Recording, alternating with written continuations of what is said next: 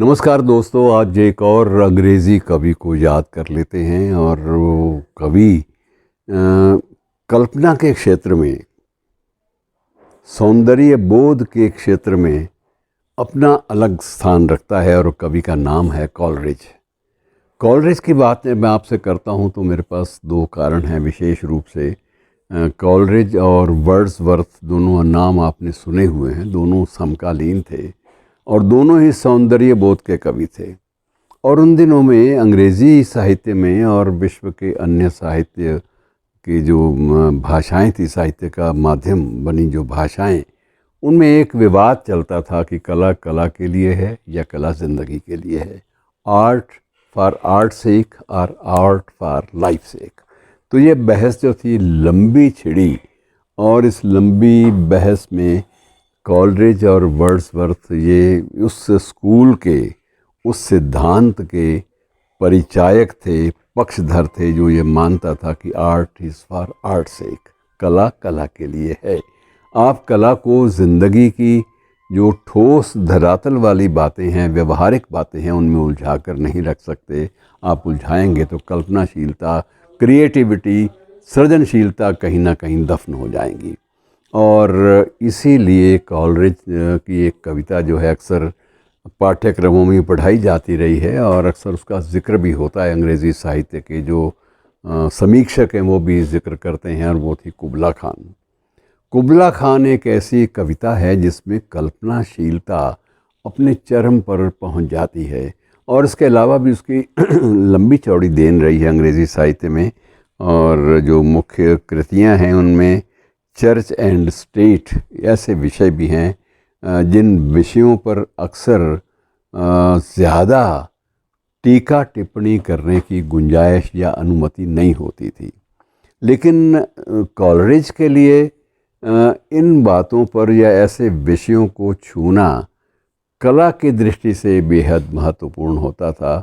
उनको इस बात से कोई सरोकार नहीं था, ऐसे कवियों को, कि स्टेट क्या कहेगी और चर्च क्या कहेगा। ये दोनों के जो टकराव है ये चलते रहेंगे, लेकिन इसके बीच में उनको जो सौंदर्य बोध था, जो कलात्मक बोझ था, कलात्मक बोध और सौंदर्य बोध, ये दोनों ही अक्सर हॉन्ट करते थे।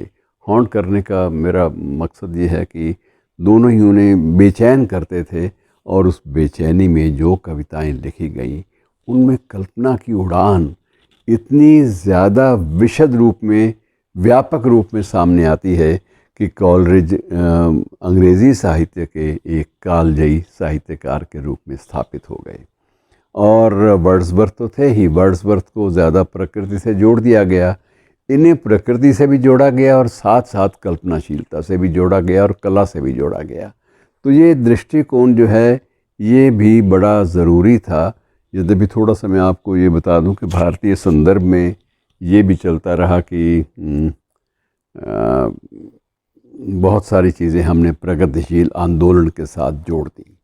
ये जो प्रगतिशील आंदोलन की जो एक परिधि है ये आरंभ होती है जब कार्ल मार्क्स और मार्क्सवाद का प्रभाव, वामपंथी वैचारिकता का प्रभाव जब भारतीय साहित्य में भी आया, तो उस वक्त प्रगतिशीलता का आंदोलन भी शुरू हुआ और प्रोग्रेसिव राइटर्स एसोसिएशंस भी बनी।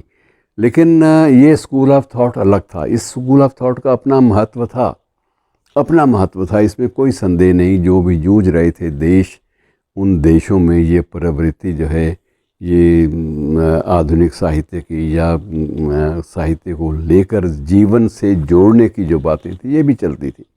लेकिन जो कला और कला के से जुड़ी हुई बातें, कलात्मकता से जुड़ी हुई बातें, उन्हें साहित्य से कॉलरिज और वर्ड्सवर्थ जैसे लोगों का ये मानना था। हमारे सुमित्रानंदन पंत भी इसी स्कूल के थे। तो वो ये मानते थे कि यदि आप प्रकृति से और सौंदर्य बोध से आप कट जाएंगे तो कविता कहाँ रहेगी। ये पंत जी की भी एक पंक्ति में आपको याद करा दूं कि छोड़ द्रुम वृक्ष, कि छोड़ द्रुमों की मृदु छाया और तोड़ प्रकृति से भी नाता, कि बाले तेरे बाल जाल में कैसे उलझा दूं लोचन, कि मैं तुम्हारे बालों में अपनी आँखों को उलझा के रख दूं और वृक्षों की जो छाया है और जो छोड़ ध्रुवों की मृदु छाया और तोड़ प्रकृति से भी नाता, मैं नेचर के साथ भी रिश्ता तोड़ दूँ, ये चीज़ें मुमकिन नहीं है। नेचर अपनी जगह महत्वपूर्ण है, प्रकृति अपनी जगह महत्वपूर्ण है, और इस महत्व को किसी भी क्षण नकारा नहीं जा सकता। तो मित्रों, ये एक कला और जीवन के बीच टकराव से ये जो बिंदु पैदा हुए, उन्हीं की देन थी कॉलरिज और वर्ड्सवर्थ और सुमित्रानंद पंत जैसे कवि। धन्यवाद।